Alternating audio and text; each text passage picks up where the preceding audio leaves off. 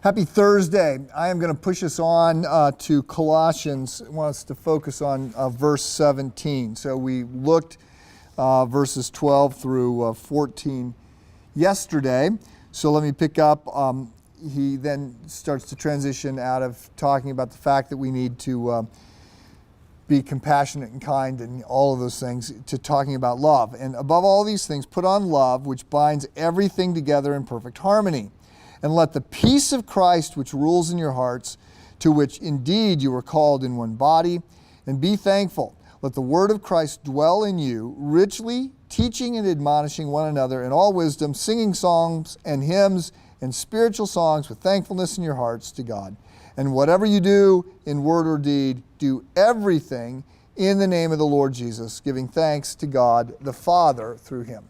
So I want to focus on this last verse. This idea that whatever you do, word or deed, do everything to the name of the Lord. I think there's a very unhealthy bifurcation that happens in the lives of people in which they divide things between those that are sacred and those that are secular, those that matter to God and those that don't matter to God. This kind of compartmentalization is rejected throughout the Bible. It's rejected throughout the Old Testament. There could hardly be more examples of where God is making it clear that everything that we do matters to God. Every single aspect of our life. To identify some people, some places, some activities as important and sacred, and then to say others are unimportant and secular is to fundamentally misunderstand who God is and the call that he has on our life. In Psalm 15, David asks a question, and he says, who may live with God? And what's interesting, if you come at this question, what is David going to say? Who can live with God? His answer is not the least bit religious. He doesn't talk about what's sacred. He doesn't talk about sacrifices. He doesn't use any religious jargon.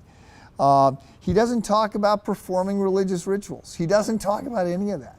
He talks about people who are going to live with integrity and be just. And he rejects the sacred, secular bifurcation that is so common today. So I think the same idea plays out in the Gospels when we look at Jesus. He doesn't show up among the religious elite. He shows up among the shepherds. He shows up among the poor. He shows up among the have-nots. It's the migrants. Those at the lowest rung of the social ladder. It's not the religiously powerful that Jesus is paying attention to. And we see this just throughout his life. So I ask this question for you today. In what ways have you compartmentalized your life? In what ways do you think some things matter to God and some things don't? I occasionally in a sermon will make this statement just to sort of be a little provocative and to get people's attention. I'll say, God is not particularly interested in your religious life. God is not particularly interested in your spiritual well-being. God is not particularly interested in your Sunday morning. And that's because God is uniquely and completely interested in every day and every aspect of our lives. And it's not just our spiritual well-being, but it's our physical well-being and our emotional well-being. And it's not just Sunday morning, it's Monday morning, and it's Thursday night, and it's Saturday afternoon. There's nothing that doesn't matter to God. And so we have to be very careful of creating this kind of division between the spiritual things that matter and the other things that do not. And so, whatever you do in word or deed, do everything in the name of the Lord Jesus, giving thanks to God the Father through him. Have a good day.